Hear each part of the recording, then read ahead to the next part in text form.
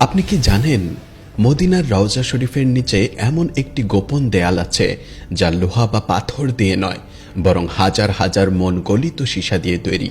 কিন্তু কেন কেন মাটির গভীরে এই অভেদ্য দেয়াল তুলতে হয়েছিল?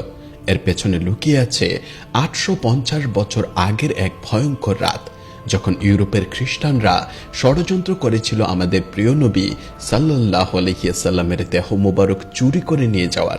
তারা প্রায় সফল হয়ে গিয়েছিল। সুড়ঙ্গ খনন করে তারা পৌঁছে গিয়েছিল একদম রওজা মোবারকের দেওয়ালে। তারপর কি হলো? কিভাবে ব্যর্থ হলো সেই নাপাক ষড়যন্ত্র? আর কিভাবে এক স্বপ্নের মাধ্যমে রক্ষা পেল বিশ্বনবী সাল্লাল্লাহু আলাইহি ওয়াসাল্লামের পবিত্র শরীর? এই ঘটনা না জানলে আপনার ইসলামের ইতিহাসের অনেক বড় একটি অধ্যায় অজানাই থেকে যাবে। চলুন ফিরে যাই সেই রাতে।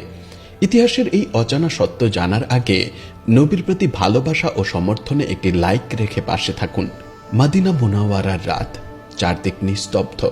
মসজিদে নববীর সবুজ গম্বুজের নিচে এক অলৌকিক শান্তি বিরাজ করছে।